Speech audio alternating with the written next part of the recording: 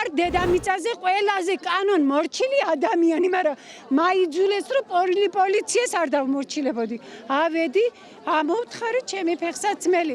ეს აი აგერ ნიმუშები. გადარჩა რამე?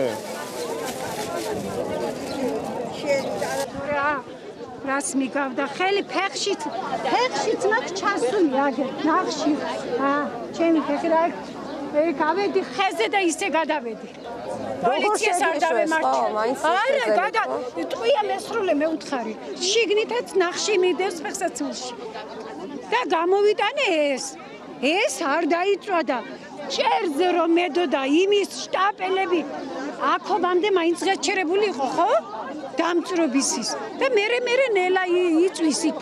ეს მძიმეა, ეს ასე ჩქარა ვერ დაიწვებოდა, ადნება ერთმანეთს და ეს მე ვიცი ეს ბავშვთა სამყაროში ჩემი საქონელი რა ფორმითაც დამკვდა. სხვის მონაყოლს წაკითხულს არ ყვები, ცოცხალ გამოცდილებას ყვები.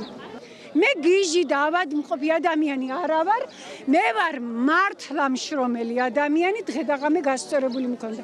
აი ეს საკალმე გადარჩა, რომელიც ჩემს საწყობში მაგიდაზე მედოდა, ეს ორი ფეხსაცმელი.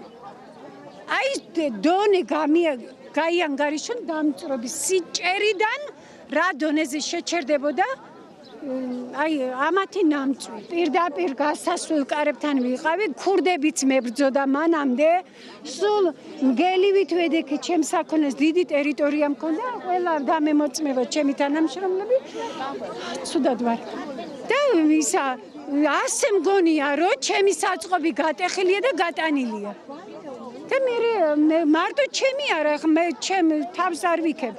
ნუ ჩემი იმის სიმაღლე გამოიანგარიშენ ჭერიდან დაბლამდე რა სიმაღლეზე უნდა დარჩენილიყო ნამწვი. მე არაფერზე ანუ დავასუსტოთ პროდუქცია იმდანაც ბევრი იყო რომ ნამწვი უფრო მეტი უნდა ყოფილიყო. სიმაღლე უნდა ყოფილიყო მეტი. ნამწვი იყო ამ სიმაღლეზე. აი ამ სიმაღლეზე და ამოვყარე ეს. ხელები იმიტომ გაქვს. ხელი იმიტომ მაქვს, აბა ასეთი ხელი არ მქონდა.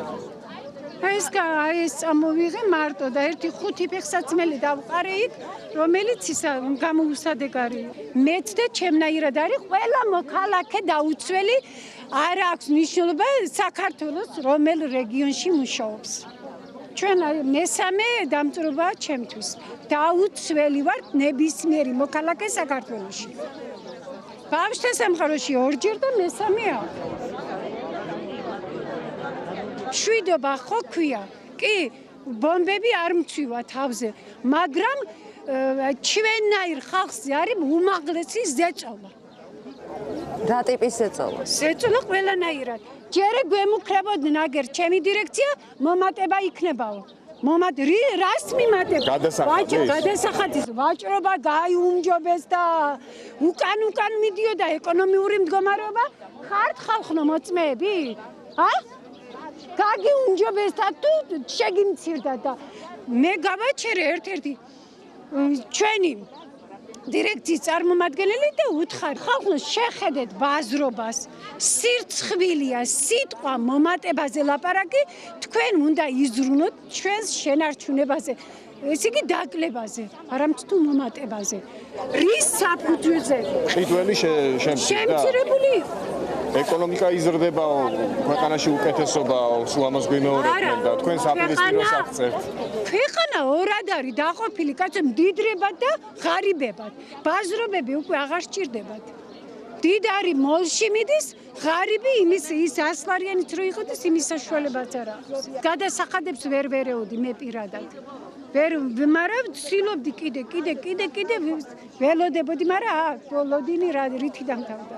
რაღაც თითქოს აგენტები შემოდიოდნენ ბაზრობაზე, რაღაც აი თითქოს აგენტები დადიოდნენ და სწავლობდნენ აქაურ მდგომარეობას.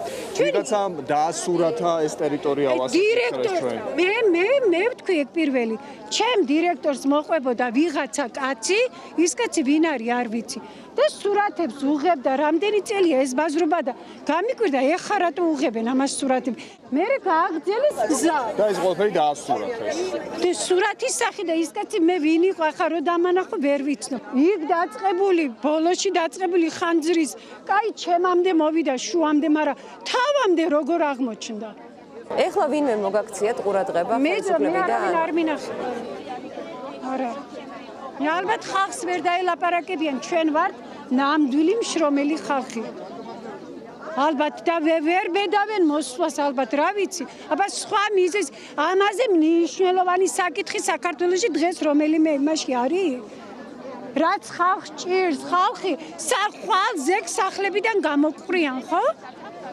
ამაში ცოტა თანხა იყო ჩადებული და ამაზე რა ვიცი მე. სახლებიდან რატომ კრედიტი იპოთეკაში ჩადებული? ბევრი.